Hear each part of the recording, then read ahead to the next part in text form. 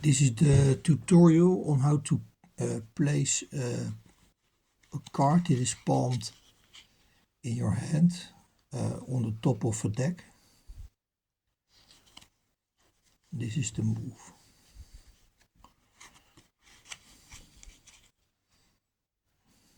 Like this. With this stump you grab it here, you push it down, and with these fingers you square it like this, and at the end you bend this finger and you square it like this. And for the audience it looks like you're doing just this, but in reality this is what happens.